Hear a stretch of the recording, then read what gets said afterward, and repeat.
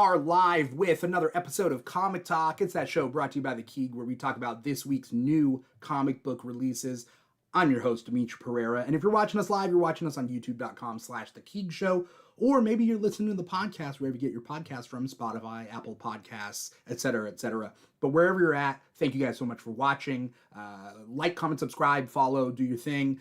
This show is all about all the comics that came out this week. For those of you who don't know, new comics come out in stores, in comic shops, every single Wednesday. And we are here pretty much 24 hours later, talk about everything that came out this week that we could read in 24 hours. Who is we? I am not one of those people from Pluribus speaking in plural, even though it's just me with a hive mind. No, it is me, your host, Dimithri Perera, and I got two guests. If you're watching us live on youtube.com/The Keeg Show, you can see who our guests are. First, he is the king of Krakoa. We got Aaron, King Krakoa. What's up, man? What's going on, my guy? Another beautiful day in the life of Comic Talk. Yeah. It was a big week for comics, I think. It was like a hefty week. Yeah, it was a lot of stuff going on. There's a lot of stuff to read. It's weeks like this I'm happy to be a comic book reader, you know? Yeah, sad for my wallet, but other than that, for sure. Other than that part, right? It's either a slow week where like a couple amazing comics come out, yeah, or like it's a week with a bunch of quantity. But either way, quality or quantity, I'm happy. Honestly, yeah. As long as I give me a good little fix of like at least like 5 books, I think I'm satisfied. Honestly. Okay, all right. Aaron, I'm glad to have you on the show. So thanks for coming back. Thank you, sir. Always good to be back. We also got the Drew of the Deficit. Drew, aka Drew X Deficit. That is how I got my name, because that was the name of a band I was in high school, and that's what people started calling me because they didn't know my real last name. I love that. I mean, that's kind of like when people call me, "Hey Keeg," and I'm like, that's not my nickname. That's the name of the podcast channel. Yeah, right? But like, I don't want to be. Ambrosia and I have talked about this. I don't want to be Mr. Coca-Cola. Like Coca-Cola's the brand, right? It's like that. It's right. Like, people call me Coca-Cola. I get it. I completely get it. I just realized how much Coca-Cola and Krakoa like sound alike. It is. If sponsorship. Honestly, if Krakoa were still around, Mark Russell would be writing a book where somebody is promoting Krakoa. Oh, of course. Oh, for sure. Mark Russell would. I mean, you've read his Flintstones run, right? Mark Russell is like, he's a writer. I don't care what he writes, I'll read it. I haven't read everything, but I will read it. I love his Flintstone comics. I got it in hardcover, like the 12 issues in deluxe hardcover. And the background gags in the Simpsons, or not Simpsons. Was I saying Simpsons or Flintstones? No, you're saying Flintstones. Okay, Flintstones. The background gags are so funny. There is a gay bar in the background of in Bedrock called Homo Erectus. Awesome. Yes. That's amazing. He so much joy in my heart. Very early into getting on TikTok, I was followed by an artist in Canada named Mike Fian. And Mike, I didn't know that he had followed me. He wasn't posting or anything, but he worked on a book with Mark Russell. He did the Snagglepuss comic. He did the art for that. And he one day, just the way I found out is that he mentioned in my comments a gag that Mark Russell wrote into the script to put in the background in one of those one panel. Yeah. Snagglepuss. And it was very much like that. Like he's always doing that in his more like lighthearted stuff. Yeah. I mean, if Mark Russell wants to come on the show, I would love to interview him. That's what I'm hoping I get some really cool one-on-one interviews this year. I just reached out to a certain artist, but we haven't set a date yet. But it is he is a pretty popular comic book artist right now. And I just reached out to him, and he's interested on coming on the show. So Nice. I won't spoil it just yet, but I yeah, I won't spoil it just yet. I look like I'm just like steady lounging right now. I do want to point out I'm not just being like lazy and cool. My knee is killing me, so I'm like keeping it elevated because So putting any pressure on it sucks. for I mean, I'm afraid of going too far off topic, but you do look really cool right now. And Honestly, I was gonna say the same like thing. I like this setup, this kind of lounge thing where it's like, yeah, like we're just hanging It's out, chill, relaxing, laid talking back, comics. but exactly. Um, Right. you remind me of when, because it just came up. There's a new Star Trek show called Star Trek Starfleet Academy, and Holly Hunter is the captain on that show. Yeah, she sits in the chair funny. Yeah, she sits in the chair funny because Yes, because a yes. lot of Star Trek captains will sit in the chair their own way, and so she's just kind of like curled up in the chair in a weird way. I she give a- only know about that because dumb nerds on the internet apparently have a problem with the way that she sits in, and like that it's not Star proper, I Trek enough, guess. you know? Yeah. Which that I doesn't was make like, any sense because right? like if you've ever seen Riker sit on a chair, I've he seen always Riker sit on he chairs. goes like up and over. Like come on. Exactly. Just like slouches on it, like Yeah. and I'm like, He how like can gets you? I on was it like, like a horse. right. I Everybody has their own like way of doing it. Like, has she given her own like catchphrase yet? Like how everyone has their own like hit it, let's fly, all Or that. like punch it or whatever. Yeah, Yeah, she right. said something recently, but I forget what it was. God, I didn't But hear. Oh, I haven't watched this week's episode, so I'm I gonna haven't watch watched it this after week's this episode episode. either. Okay. But also, I love me a show where everybody's attractive. Like it's I love it. but I it's love the show very where everyone's like attractive and everyone's ugly. 90210 meets Star Yeah. Trek. You know, I have never seen an episode of Star Trek like in my whole I'll life. tell you where to start. It's not from the beginning necessarily, but if you No. want a modern place to start with season 1 of Strange New Worlds. Okay. Honestly, I was gonna say Discovery. Star Trek Discovery is. I would say Discovery where you is do it. too much of an offshoot of what like Star Trek normally True. is. If you want like the Touche. spirit of Star Trek, and then start there and then like branch off and like Yeah. Anyway, that's just but what I think. The only reason I say Discovery is because they come from the Strange New Worlds comes from Discovery, from that like big mission. That's true. Yeah. But and like the big like reveal of what he's doing, like not Picard, I was gonna say Picard. Pike is doing like in the background his like future. But honestly, you can still I think you can honestly watch it from Strange New World and then just like get into it from there. You're like, oh, that's a little Easter egg. Strange Worlds is kind of supposed to be like the original series reborn in a way because it takes place right before the original series, so it has that same vibe, but still is pretty action packed, but also has the philosophy that we need. Anyway, regardless, this is not a Star Trek podcast. We did do a Star Trek podcast once. Look that up. We talk about multiple penised Klingons. So tune in on that. That was like 2-3 years ago, but you could find it. The Key Talks Star Trek. But no, we're here to talk about comics. What did you guys read this week? Out of everything that came out, DC Comics, Marvel Comics, Image, IDW, anything, Boom Studios, what did you guys read this week? Drew, I'll let you go first.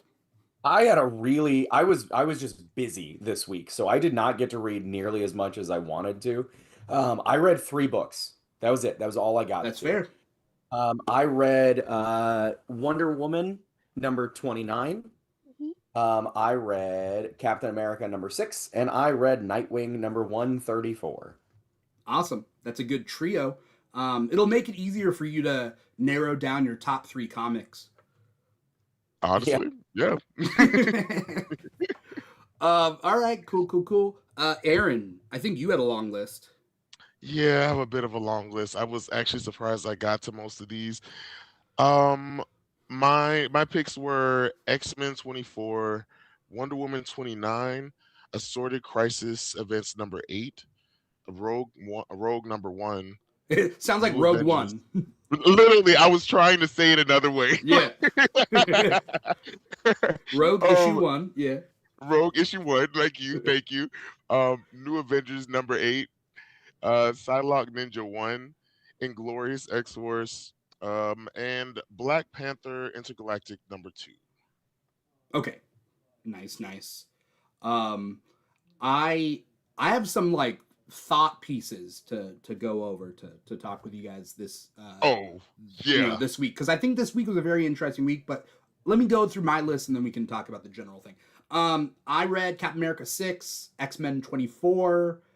I read Inglorious X-Force 1, Titans 31, Ultimate Black Panther 24, Exquisite Corpses 9, DC KO Green Lantern Galactic Slam, Red Coat number 16, and Alien versus Captain America number 3.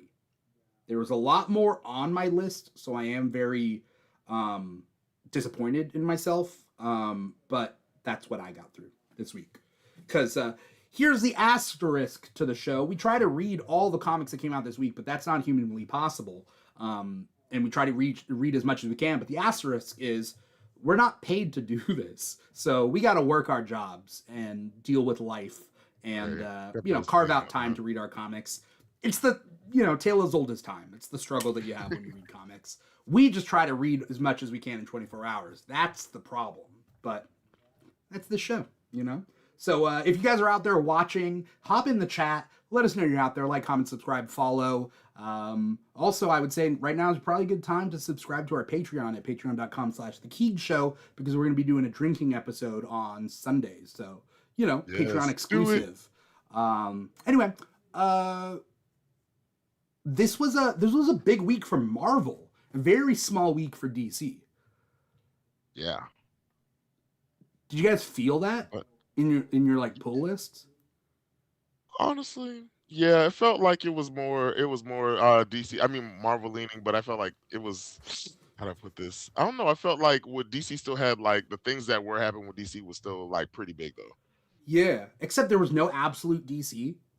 And the only DCKO, the DCKO proper was Galactic Slam. Titans also ties in with DCKO, but it's almost like its own thing because they have their own plot going on.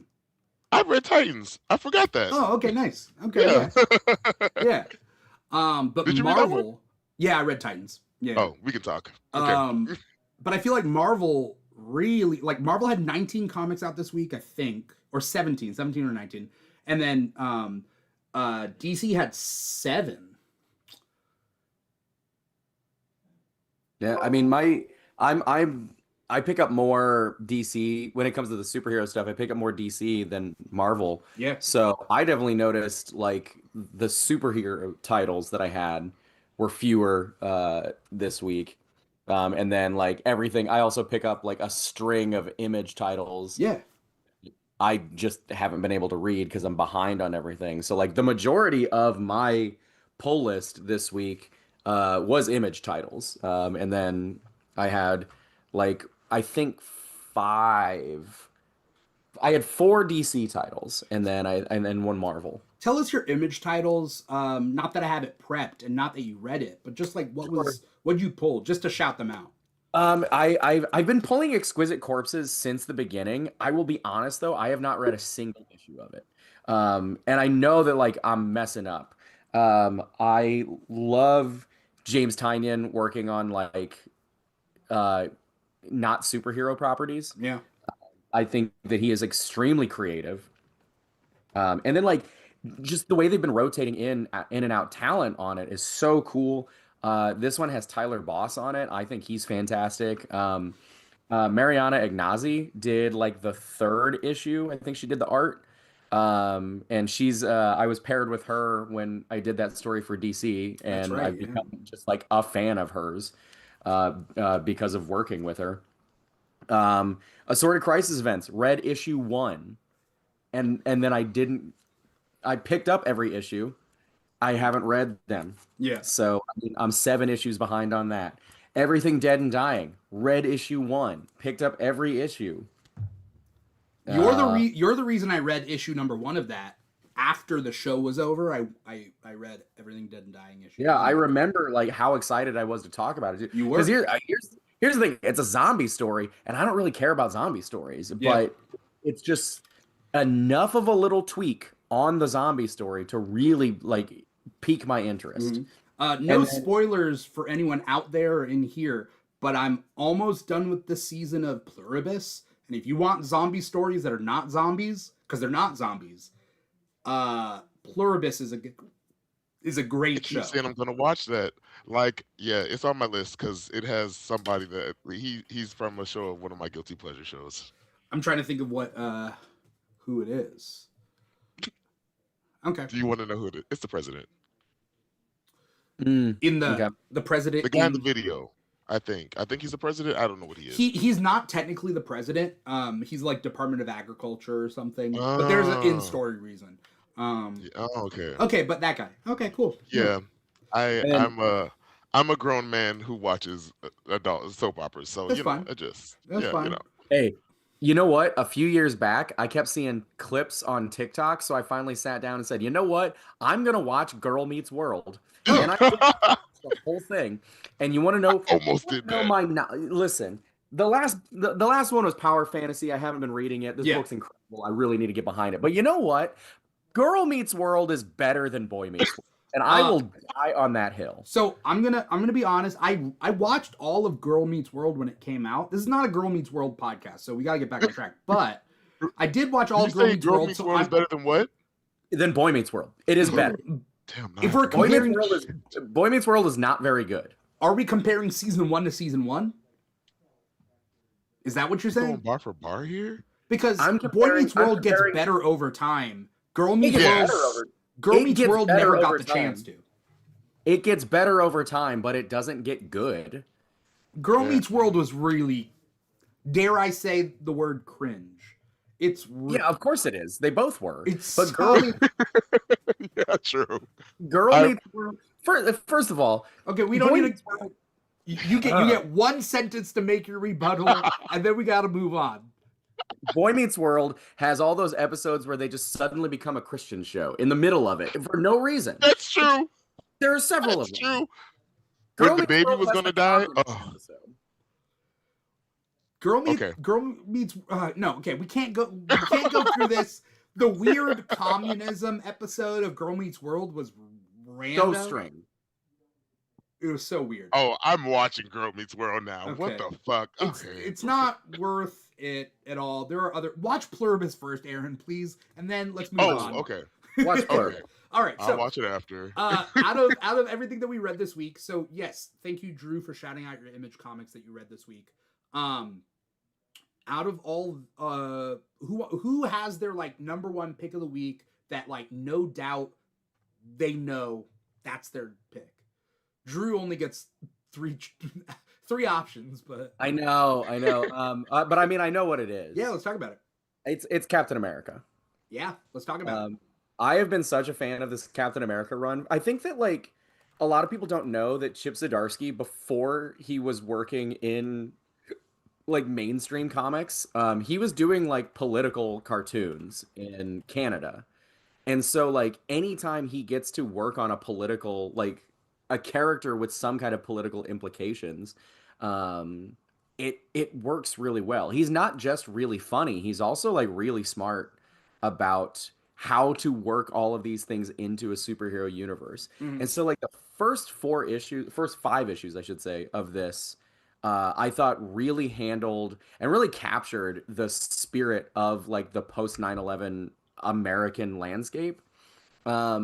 This one, I have not been reading anything to do with Doctor Doom. You know, the stuff leading up to this. So from what I understand, like, I don't know, Doctor Doom died from. Yeah. So in One World Under Doom. So yes, the first 5 issues of the series take place before, like in the past, and then issue 6 and on. Now we're back on the timeline. Yeah. Doctor Doom essentially took over the world. He became Sorcerer Supreme at the end of Blood Hunt. So he was not only Sorcerer Supreme, he just ruled the world, and it was like the world was Latveria essentially, and he ruled the world. and a lot of people were for him. And in the end, he died. That's all you really got to know. He died because he purposely died. He traded away his life in order to bring Valeria Richards back to life.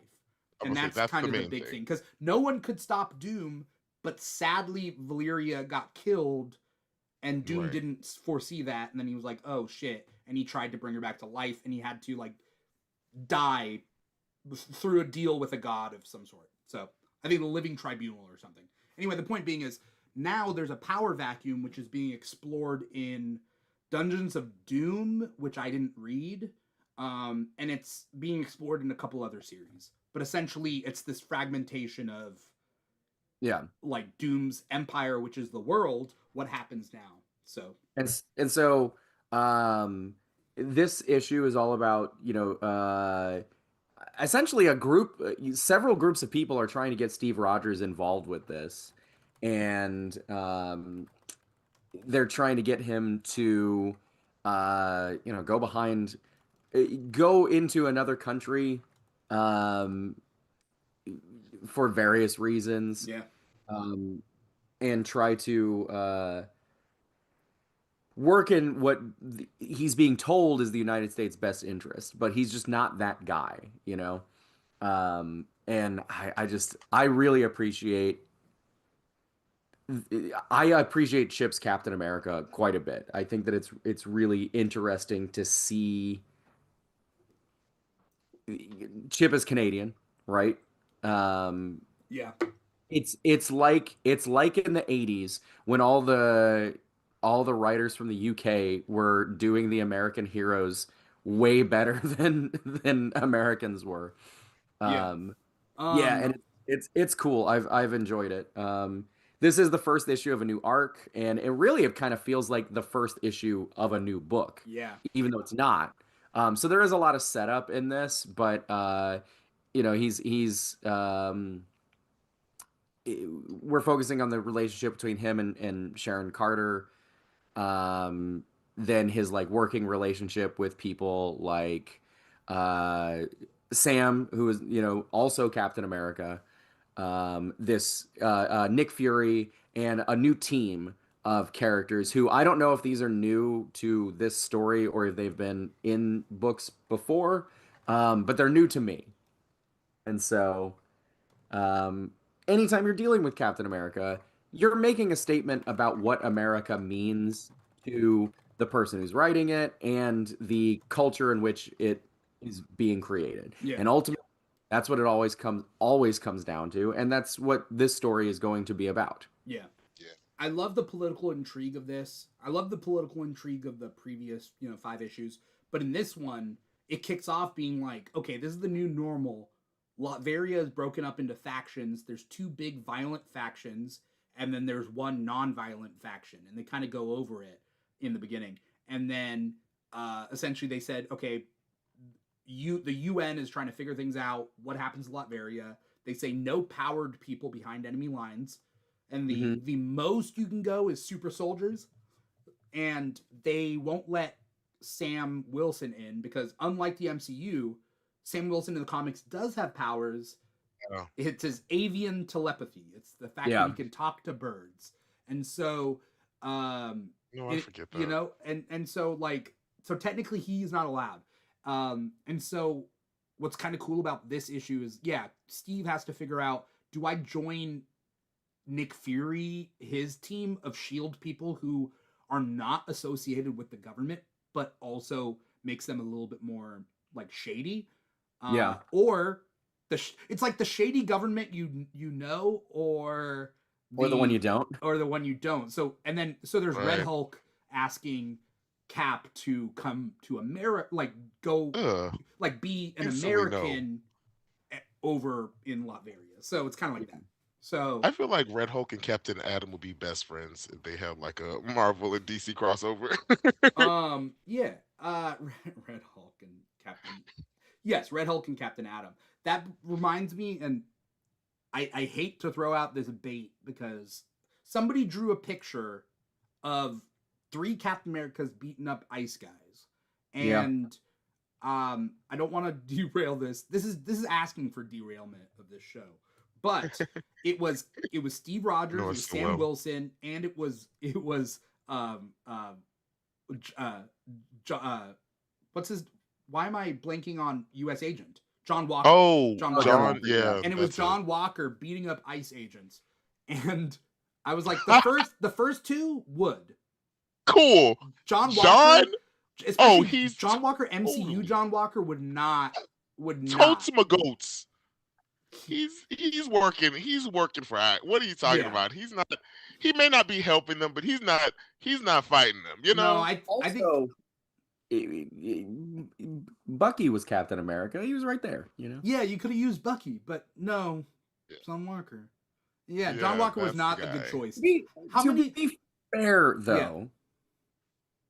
MCU John Walker did just have Thunderbolts, and he changed. Yeah, he was still kind of a piece of shit, but yeah, he's kind of still a piece of shit. Yeah, like MCU John Walker is the type of person to be like, look, you guys are the cool ones, right? Those and and the way that they tried to do his backstory and I still didn't feel bad for him in Thunderbolts, honestly. I'm okay with and it's okay. It's like I like him as a character. He doesn't have to be perfect to be a character, but if he is a real life person, then yeah, he is shitty. Anyway, moving on. Captain America 6, Drew's choice. Aaron, your pick of the week. My pick of the week is going to be X-Men 24. Good pick. Yeah, and yeah. I don't want to. Yeah, I'm not going to interrupt. Mindfuck. You tell me how good X-Men 24 was. So this was a great, and especially I haven't read the last issue of Revelation, so I'm like, oh, I need to read this now. Oh, you didn't know the big twist? Didn't know it at all. Wait, do you know it now? Yeah. Oh, yeah. I mean, I had to read that whole thing. I actively screamed when I read it, like in the parking lot, and people looked at me in the Walmart parking lot. But no, it was so. This story is essentially the aftermath of Age of Revelation. The Cyclops and Beast come back of armor, but this is essentially a 3K episode with the new. It's basically essentially the new evil brotherhood of evil mutants, kind of. Yeah. But we find out that the beast that was sent to the future was actually our beast, the current beast, not the beast that they brought back to life, but the beast that we thought was dead, who did all those crimes. I mean, Terra Verde remembers. To get away from like the confusing thing, there's Krakoan, there's Krakoan Beast. Yeah. There's Krakoan Beast who we thought was dead, that was like a bad guy. There's Krakoan Beast. He did genocides, guys. Yeah, he's like very pro-genocide. And then which is different than Dark Beast. Dark Beast isn't even part of the equation. There's Krakoan Beast, and then there's the current Beast is past Fun Beast. It's like younger Beast. He's like 10 years younger. Yeah, like Avengers Beast. It's like, Avengers Beast. Right. Wonder Man is his best friend type stuff. Yeah, that is that Hank McCoy. So right. Yeah. So the premise or the twist that we found at the end of Age of Revelation is that instead of future Beast switching places with the current Beast, he switches places with the Krakoan Beast, and it messes up the whole idea of sending someone to the future to like stop the future from happening, or sending someone to the past to stop it, gets derailed because you literally brought a genocidal maniac in instead. Right. As someone who's smart enough to see where the other person messed up and try to bring that future to the present. And like now he knows the whole thing for the X virus. And like, first of all, I love that Cassandra Nova is just like a mainstay like villain here. Yeah. And like one of the things that in her like fighting with the other lady, I forget her name. Astra. But yeah, Astra. Like at first I honestly thought it was Astrid, but I was like, oh, okay, they're not ready for that yet. But no, like her in her like this is giving her like a prime villain era, and I kind of absolutely fuck with it. I can't figure out Cassandra Nova anymore. because they've slowly been trying to turn her into like your twisted grandmother instead of like an actual, like, she starts off as a crazy bad guy, but like Right. in the Krakoan age, Cassandra Nova, they kind of made her like she's that grandma that is kind of fun but kind of weird. Yeah. And She's like, always gonna kill someone, but she's yeah, gonna but do it in a fun way. as long as, but she won't kill her grandkids, right? Like, it's Yeah, not. It's that like she's a exactly. serial killer grandma, but like she loves her grandkids. Right, right. Great. That But now they're like, okay, she's part of 3K, which is the villain group, and it's like, okay, fine. yeah. But Like she's finally at a place where she can like help mutant, like she likes to be a part of the mutants. So we're like, okay, but like she's doing it in all the evil ways. I yeah, think the time with her and like the what was that? The Marauders when they yeah, were like in the future, I think that kind of affected her. I feel like she hates Kitty Pryde, but she loves Kitty Pryde. yeah, Cassandra Nova's interesting. Um, Yeah, she's honestly one of my favorite villains, honestly, from the X-Men, honestly. yeah. She's one of my top 5. Here's my thing about X-Men and then some of the other series that I read this week. Um, Although I did not like Age of Revelation, and again, I don't blame the writers for this. I just don't think it was that good.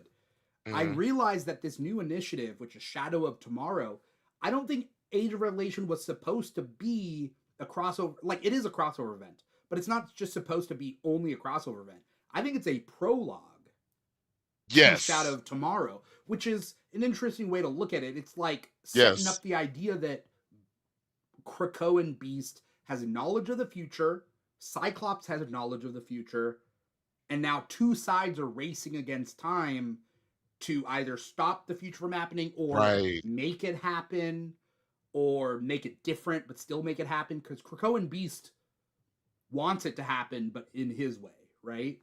In his way, exactly. And what does he go by? He has a Exactly. name. Oh, the chairman. The chairman, right, exactly. And I love that kind of concept. Like it does like cuz that's exactly what I thought when it first started and I was like, it feels like they're setting up like this was just like a prologue to a bigger thing. Like Yeah. this is like if we got to see like Days of Future Past like as it was happening, but then we get into like our current, and then we get like what happened and what we actually like got to read. Yeah. And like I kind of like that as a concept. So Yeah. we're gonna see how it shakes out. We're gonna see how that the Shadows of Tomorrow shakes out. I'm gonna say it, like, I'm gonna say it now. Shadow of Tomorrow is pretty, like, I'm digging it as an X-Men fan. Yeah, I did, and again, yeah. maybe it's the whiplash. Maybe it's the whiplash from Age of Revelation. I did not like it, and this Mhm. whiplash of like, oh, Age of Revelation was, I clocked out, but in this, I'm all in. X-Men, Right. Uncanny X-Men, my pick of the Rogue, week that I'm literally going to Rogue talk One. about. Like, Mm.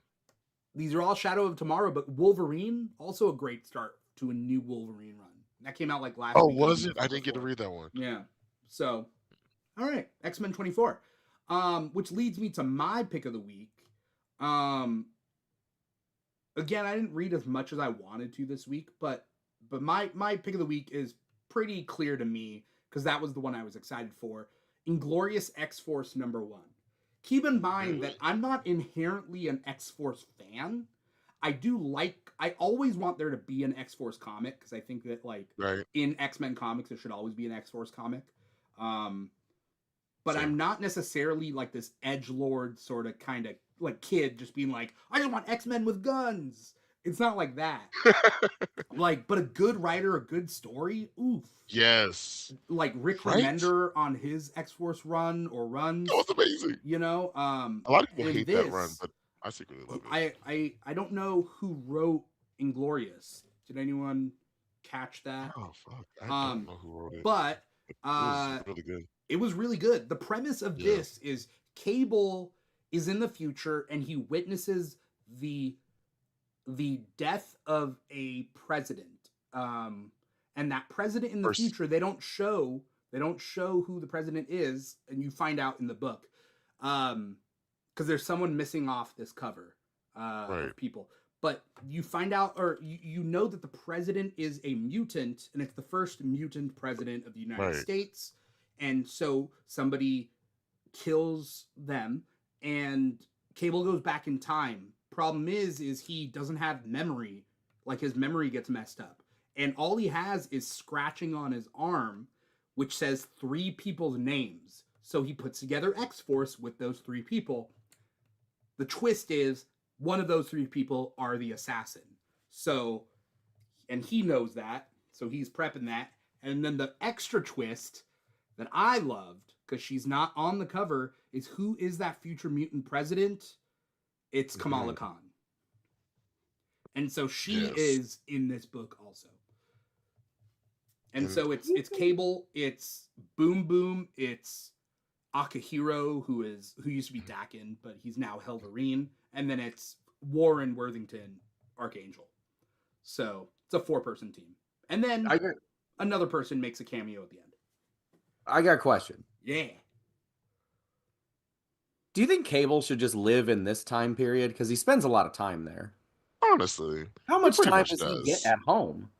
I don't think he has a home. I think his whole point is find these, he does now. Because remember, we like in the Krakoan age, like we see like flashes of him like going back home to like a future Cuckoo.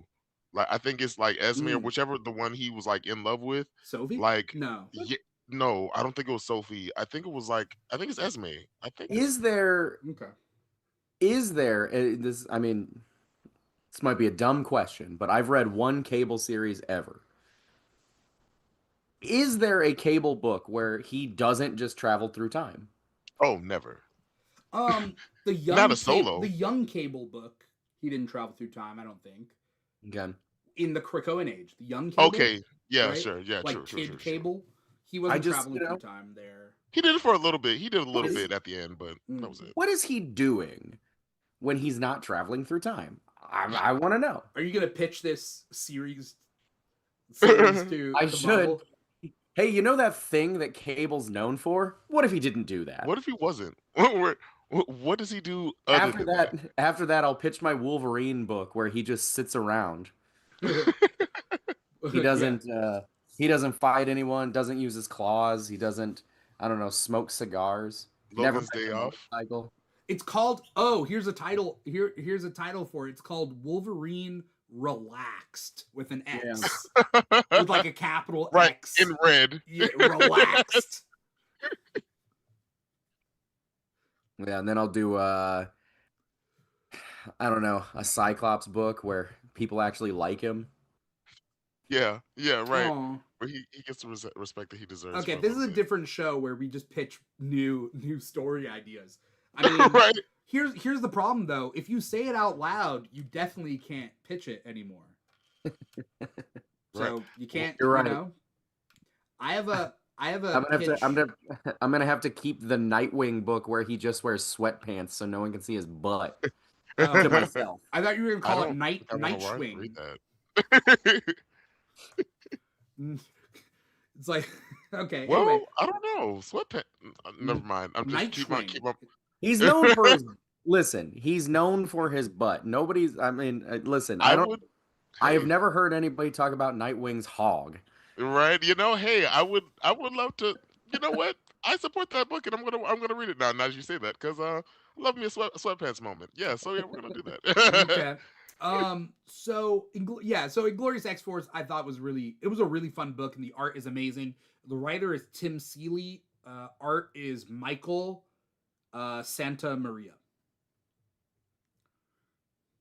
Yeah. Oh yeah. It said it was It said the writer was like Tim Seeley. Yeah. Yeah. For sure. Yeah. It was pretty dope. Yeah. Anyway, that's my pick of the week. It was a complete left field pick for me, and I was like, I'm leaning into it because I did love it. Yeah, once you said to read it, once you said that you liked it, I was like, oh yeah, I'm gonna read it now. I was surprised. I was like, could it just be flashy? By the way, Boom Boom flirting with Helverine the whole time is, everything. Of course. Loved it. It totally made sense. As soon as it started, I was like, yeah. It's like she said, like we're not safe for each other. We're dangerous for each other. Something like that. I was like, yeah, you definitely are. I was like, this is definitely gonna be something disastrous, and I'm here for it. And I definitely see Akihiro being that age too. They're roughly around the same age. Yeah, because right mentally. I view like least, Kitty Pryde and the New Mutants and like Boom Boom being like I'm gonna include Boom and Boom in that. Yeah, Like she's they're in like that late age. 20s, and I'm cool with that. Yeah, I That's the was way in gonna my give them head. late 20s, early 30s. Yeah, No, I don't think they've crossed that 30 line yet. I think they're I think still Kate gives like strong like 29. yeah. Yeah. I think Aaron's frozen, but that's okay. Yeah, I totally am. It's okay. Drew, what's another book that you read this week? What are I you just dying to talk about? um I read Wonder Woman 29. Yes. I Yeah, didn't get to read this one. It was on my list. yeah. Actually, that was the first one that I went home Mine too, honestly. after the shop. And I mean I liked it. It's a I as I'm trying to avoid talking about it, but I'm just gonna Yeah. I'm not gonna avoid talking about it. Yeah. I am not one of the Tom King haters. I Yeah. like Tom King as a Yeah. writer, and I have enjoyed his Wonder Woman from the beginning. I've liked every issue, some more than others, but Yeah. I haven't read one of his that I've been like, oh, this sucks. And I'm so TikTok knows that about me, so it's completely inundating me with videos of just people talking about how much they hate Tom King and like making up reasons to hate him. And so like everyone's been like all the Wonder Woman's discourse since they were Stephanie Williams was announced to be doing these 2 issues Yes. in the middle has been a lot of we gotta love this book because then we'll get Tom King off of it. And my whole thing was I want to love this book because I want to enjoy reading something and I want to see a writer succeed. So Yeah.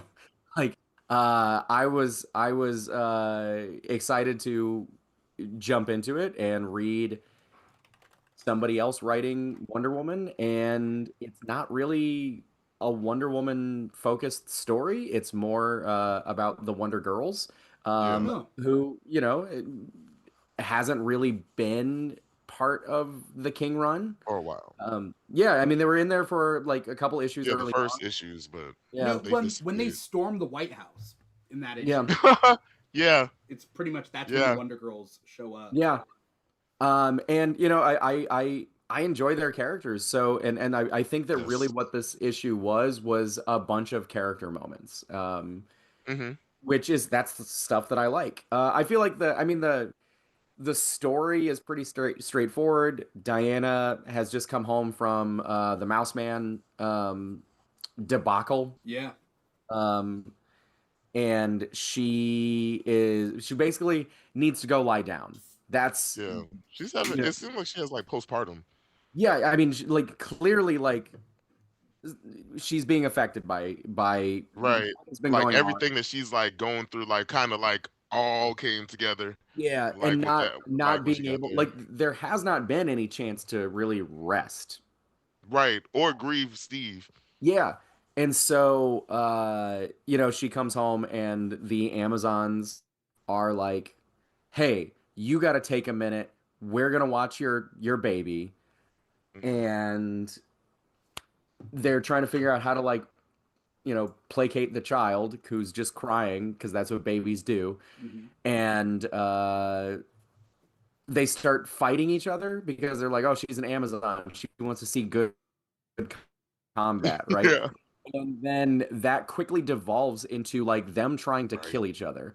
And then one of them, I can't remember if it's Nubia or if it's Philippus, but one of the Amazons is just like, this is not right. Something is wrong That's here. by Bia or Baya. It was yeah. It was one of Or the new Amazons. Okay. mm, Uh, Bia, she saw like the patterns or the threads of chaos or Yeah. discord.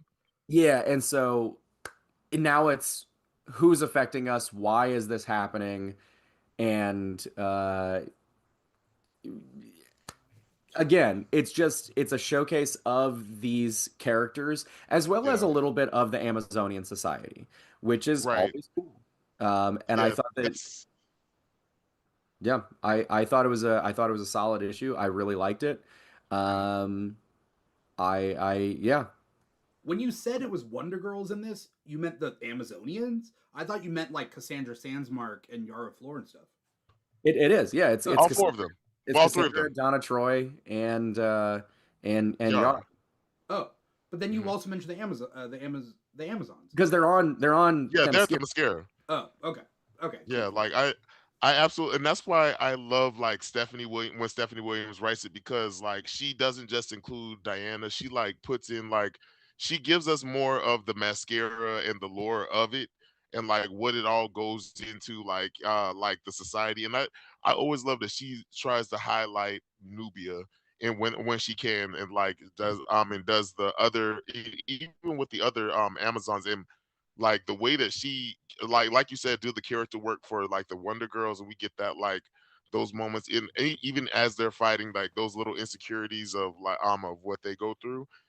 I love the detail that she puts into the actual characters, and not just getting to know, because we get so much of like the super family and the bat family, but we don't really get like a lot of like Wonder Yeah, Girl and Wonder Woman, and her like and follow like people her Yeah. I people guess have culture, I guess. people have definitely been saying, like I've seen a lot of it online, is like, why is there not a Wonder Woman family book? Why is there not Yeah. an All-Star Comics They or or sensational, they said, right? Sensational? Yeah, that's what People I have meant. brought Yeah. that up. Yeah. Yeah.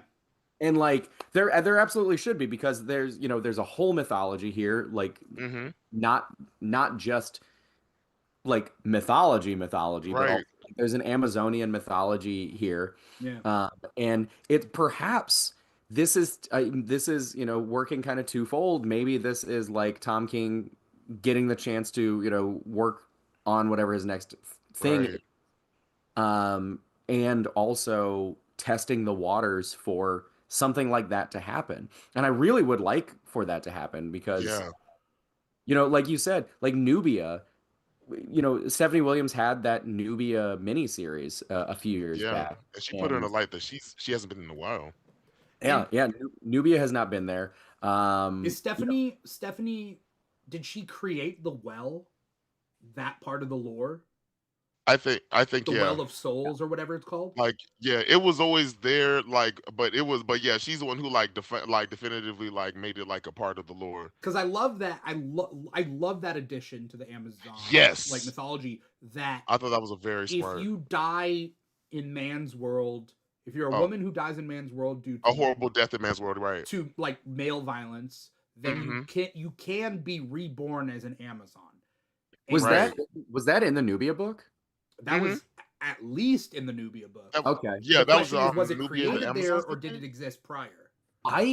Man, I can't remember if I read that Nubia, and I'm certain that I picked it up. Mm-hmm. But I can't. Mhm. It may have been one of those things where like all these image titles where I picked them up and then I just kind of like lost track of them because I'm picking up No, so she many. had like two of them, like two or three runs. I think she had the Nubia and then Nubia and the Amazon. So yeah, Right. it was. Yeah. I Yeah. think it was from one of those that it came from. Yeah. And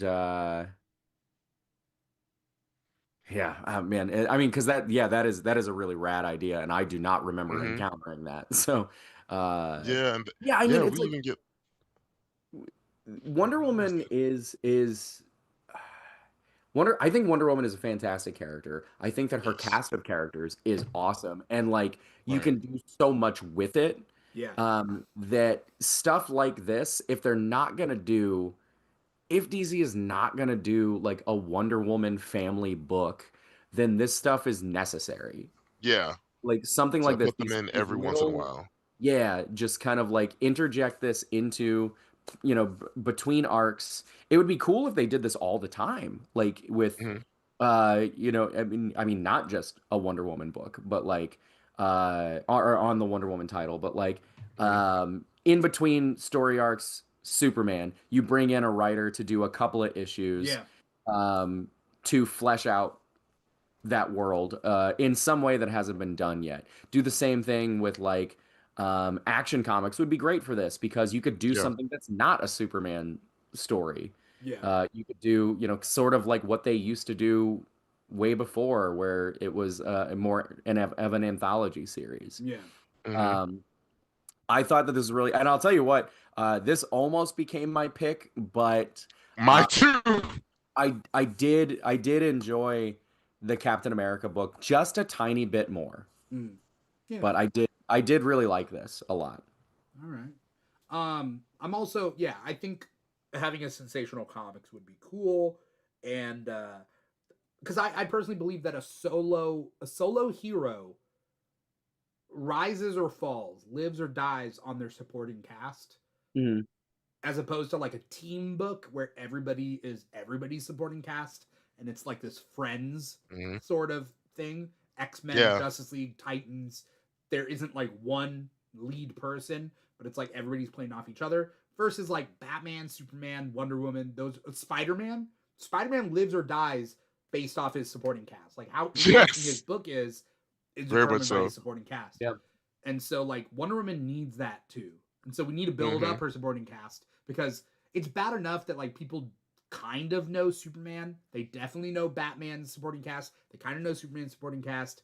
With Wonder Woman, they definitely don't know Wonder Woman, like Right. mainstream public. So Exactly. And that's why I'm glad they like showcase this, and like it kind of like is what the book was about. Like she's not like she can only do it. That's why the book is literally called A Village. Like she literally has to go back home and like depend on her sisters for that aid. And like I love that that's kind of the message of it, that we yeah, get nowhere without, the whole village. And Mhm. literally I was thinking it in my head as I looked at the caption. I was like, damn, it takes a village. It was yeah. like as they grab the baby and let her like go to take a rest. And Yeah. the art in it was awesome too. Oh Like my God, it amazing. really was great. The detail in it was amazing to every single one of them. All right, so we gotta pick up the pace a little bit. Let's do it. I don't think you guys read Green Lantern Galactic Slam, the DCKO Mm-mm. tie-in. It was a fun one, but I'll be honest, I'm not a pro wrestling guy. So Yeah. basically, it's Jeremy Adams doing a one shot where Kyle Rayner gets stuck in the multiversal wrestling arena or whatever it's called. I think it's called MWA, and I think, or MAW. I think, or WAM, World. Yeah, it's WAM. So it's wrestling arena of the multiverse or something like that. Anyway, Kyle gets a luchador mask. It's kind of like the art is kind of funny. Like he becomes a wrestler, and it's a tongue in cheek book, but it goes over the origin story of Omega Bam Man, Hmm. who is the character that Jeremy Adams introduced in his Flash run as just like a one issue thing. And it made me just wonder, like, yeah, what would pro wrestling be like in a world full of superheroes? And it's so tongue in cheek. It's like they're not fake; they're real. So they have real battles. So it's kind of Mhm. like a fight club of sorts. Anyway, it's Like wild. that roulette episode on Justice League Unlimited. Yeah, kind of like that, except Mhm. way more fantastic. Yeah. It's you would have to read this book. I don't think either of you guys read this one, right? Like you'd have to read Mm-mm. this one to understand what I'm talking about. It's very tongue in cheek, but it's Okay. kind of fun in that way. And I'm not even a wrestling fan, so it is what it is. Um, let's quickly. Oh, Aaron, give me your quick thoughts on these X-Men books that you read, because they're not Oh all yeah. Shadow of Tomorrow, but they do. Some of them are. So like Rogue gets her solo series. Yeah. Was it good That or one was not? actually kind of good. We got to do It quick was. thoughts though to I get got through you. it. It was actually kind of good because it like went into like kind of her like old issues. Like she's having like a dream of an old memory, but she doesn't know if it's her. It's like a flash of Sabretooth, so she doesn't know if it's her. And I love the way that they do the art into it, where you don't know if she's the victim. It like kind of switches in each memory that she's the victim or she's Sabretooth, or like Rogue's the victim or Sabretooth. But it kind of is a story trying to figure out what's going on with them. And with Mystique, we see that Mystique, her powers are like don't work or like wonky, and like she's like her Yeah, shape-shifting powers are like deformed or something like yeah. that. So we found that out in the Mystique miniseries that came out. That was Yes. post Krakoa, where Hmm. she was trying to track down Destiny, and her powers were kind of weird. But I don't know what happens in Yeah. this. Yeah, now like she it's kind of I like how like the roles are kind of reversed with them. Like Destiny is taking care of Mystique while Destiny is kind of the young one now. Mm. and like it's a good story. So it's like kind of a mystery of what's going on with that, what's going on with Rogue, and why is this a memory that she's all of a sudden having after like Charles already got like all of the other memories from everyone else out of her head. Yeah. So yeah, it's a cool book. I think it's interesting that X-Men comics are trying to adjust right now because they had such a high with the Krakoan Age, Yes. but the Yes. Krakoan Age was a very hard entry point for new readers. Because like, how can you top it, right? Yeah, so they want something that brings in new readers and old readers, and like just towing that line. So I think right now might be a good time to like hop into X-Men comics for anyone. Honestly, yeah. Out there, And honestly, I have to say, I love Rogue and Gambit being parents. I don't know why. It's a cute addition to it. Who does the interior art on this one? Shit, I have no idea. I don't think it's the same guy from It's not the cover. the original ones. No. That's the cover. I mean, the cover art's beautiful by DNA David Nakayama, I believe. Yeah, Nakayama. David Nakayama is DNA, but the interior art is Luigi Zagaria. So, yeah, Zagaria. All right, cool. And then real quick, like in one sentence, Psylocke Ninja. It's a new mini series or series that takes place in the past where Betsy Braddock takes over Canon's body, which I thought we were not going to do that anymore. I thought we were over it, but I guess we're not. We patched up the idea that a white British woman is essentially just like commandeering a Japanese woman's body. Right. In a weird. This is when she thinks she's Asian. It's okay, guys. It's when she thinks she's Asian, so it's fine. It was her. It was her like Gwen Stefani like Hirajuku phase. Like yes, Hirajuku. Yeah, being a hard girl. Yeah, for sure. It's definitely giving that. Honestly, sometimes. But no, this one like it's when she like has her mind like flushed and like, but it kind of is leading up to a Elektra Psylocke fight. Like she's her mission is to like destroy kill Elektra, who the Chast just brought back to life. Why do we need this series and not another canon series? Honestly, that part. Like we just had a canon series. Thank you. Just continue the canon series. We don't need this. Like, I'm like, we could like the flashback was cute, but like we could. And at first, I was like, okay, maybe they're like it starts off a flashback, but then it goes. No, it was just the whole way through, and we're just gonna have to read it again. Like, go through another. This is a Wolverine moment. They just want to give us a little flashback into it, and I'm like, I thought we covered all of this.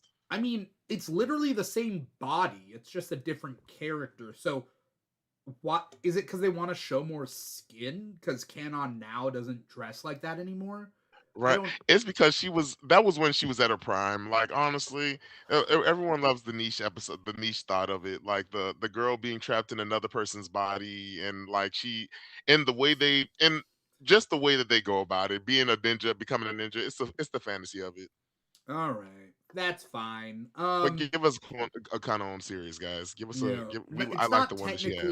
It's not technically Shadow of Tomorrow on this one, which means Shadow of Tomorrow is not all the X-Men books. It is only the X-Men books in this time period, and there's other X-Men books out there. If Shadow of Tomorrow is not your thing, real quick, the DCKO tie-in Titans 31. I read it. Did you read this one? I did. It was pretty good. Honestly, I love a Grail moment. Yeah, you know, Grail's one of my favorite DC villains also. So wait, I like seeing her and Donna go again. Grail. Grail. Yeah. I thought you said girl moment, and I was like, there are a lot of strong girl moments in this book. Oh, and there's a Donna Troy forward book, and Donna Troy is actually my favorite superhero of all time. Honestly, yeah, that's I love Donna Troy. I love that they got that. I think it's crazy though that is Roy dead? Is Roy not dead? I don't know, but they'll rewind time. I actively gasped. Yeah, but I was like, they better not kill that boy after like his daughter's like alive somewhere. Have they united them yet? I still don't know. Oh yeah. They've okay, so they're okay. Okay, we're family again. Okay. I'm trying to see. Oh, okay. I just realized that. Okay, so little thing that happens in the book that we don't have to get into, but they're redesigning the character of Jinx. Did you realize that? Yeah. I saw that. Yeah, that was a cute little addition. I was like, oh, because so in the original Titans comic, Jinx is like a bald Indian woman.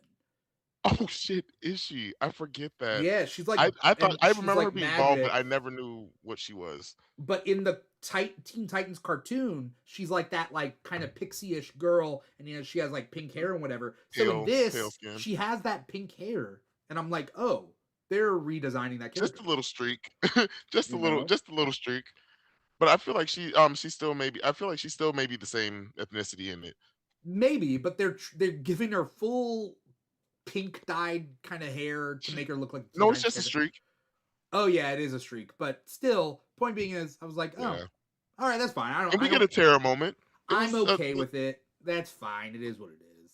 we got a Um, Terra Markov moment. It was a we get nice a Terra little moment. So yeah. yeah. I keep saying quick thoughts, and I'm talking too much now.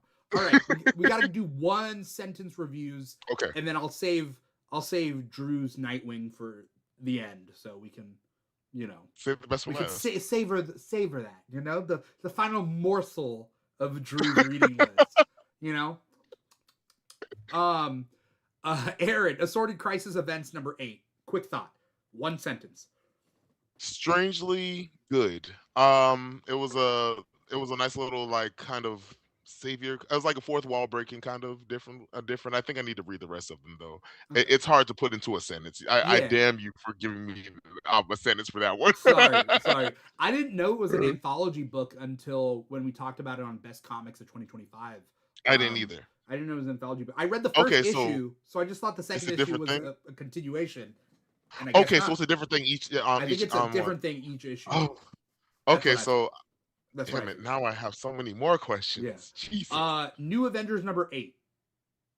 New Avengers number 8 was pretty good. The whole like who if Natasha betrayed them or not. She was the one who made the Illuminati, but then we find out, yeah, she maybe have or maybe did. So it's kind of yeah, like a lot. Like if she's going through like a true serum moment, and like they ask her, she says flat out yes. Okay. But it's more complicated than they make it seem. So yeah, I like the series. I just I love I didn't it, get honestly. to read this issue, so yeah, I didn't get to read the last issue, but I read this one. It was really good actually. Black Panther Intergalactic number 2. You talk about that, and then I'm gonna hop in after on Ultimate Black Panther. Okay. Black Panther Intergalactic was pretty good. It's basically the aftermath of Imperial, and seeing like how this like guy who's supposed to be the Black Panther, quote unquote, come in. And we kind of I like it. I'm always for an intergalactic moment with Black Panther. So and the intergalactic Wakanda. So I'm intrigued to see where this goes, honestly. Nice. The final issue of Ultimate Black Panther with number 24 came out this week, and it was just kind of a wrap-up issue as we like do Ultimate Endgame. It doesn't make it seem that the Ultimate Marvel Universe is ending. It wraps up everything, but at the same time it builds towards a conclusion, and it just doesn't make sense. Everybody's saying the Ultimate Marvel Universe is ending. I do not think it is.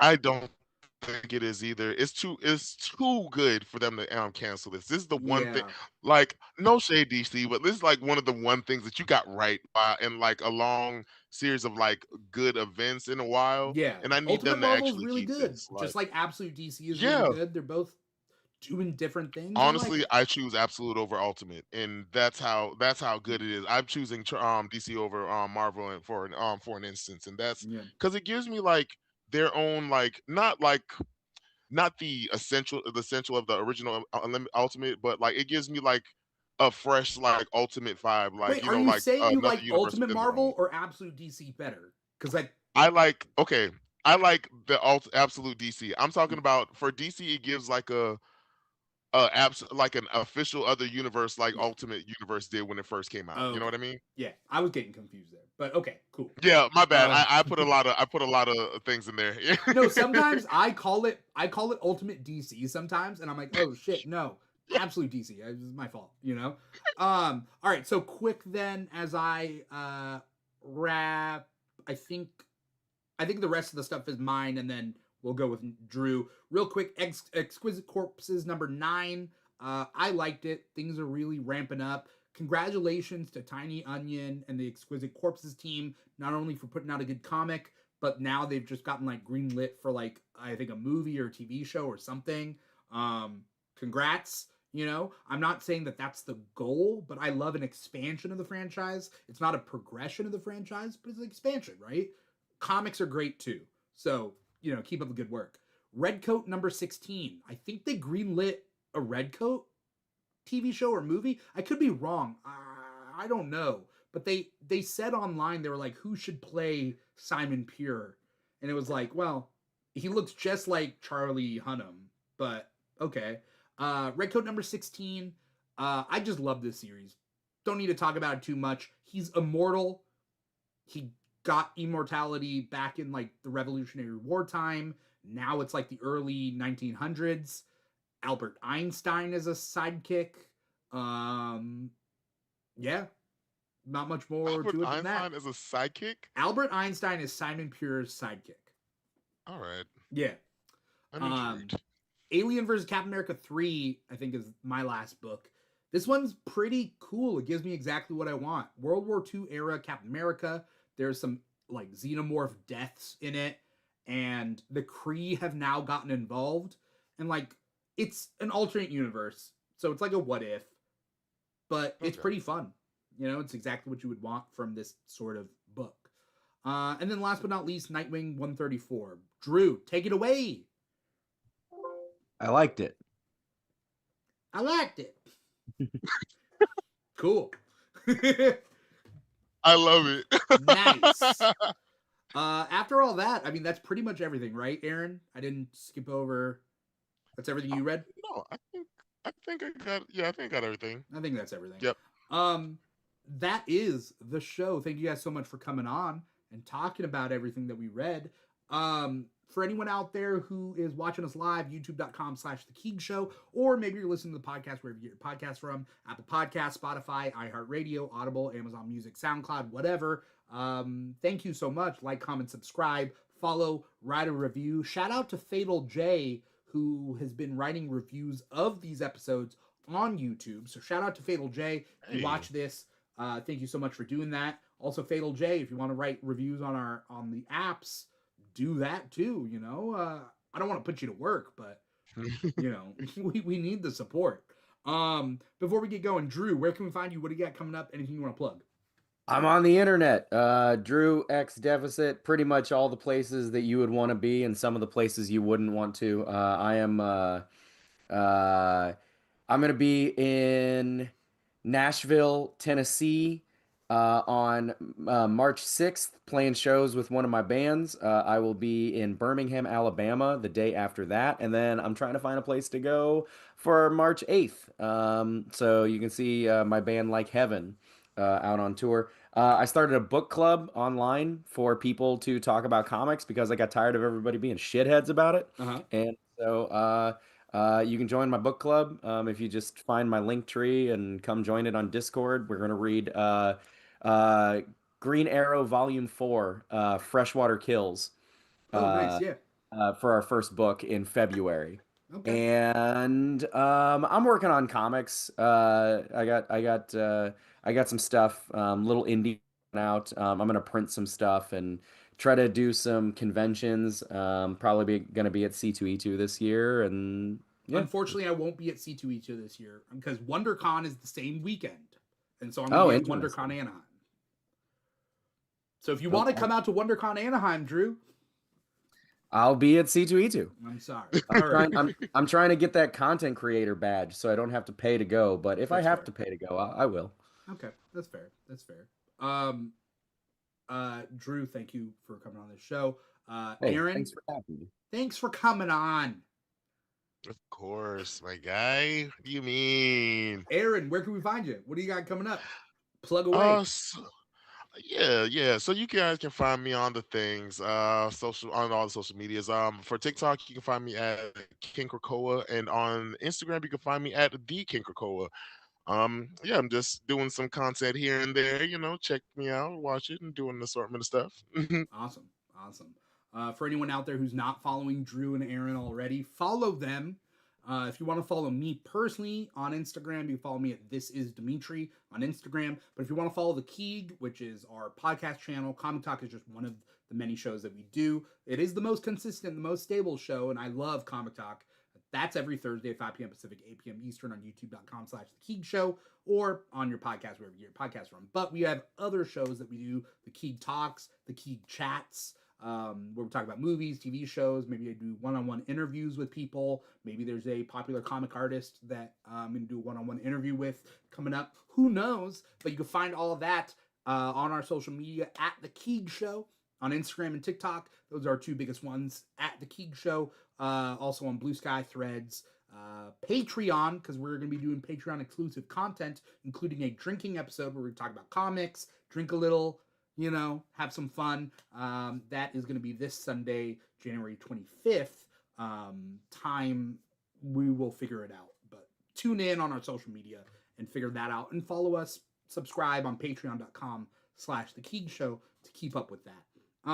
That is pretty much it. This is Comic Talk. It's every week, so tune in next week for more talking comics, Marvel, DC, Image, IDW, all that good stuff. Go to comicshoplocator.com, find a comic shop near you, support your local comic shops and all that stuff.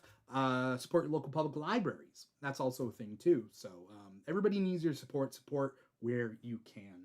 That is pretty much it. Thank you, Drew, once again. Thank you, Aaron, once again. Thank you, everybody out there. Once again, I'm your host, Dimithri Perera, and this has been another episode of Comic Talk for the week of January 22nd, 2026. See you guys next week. Bye. Bye-bye.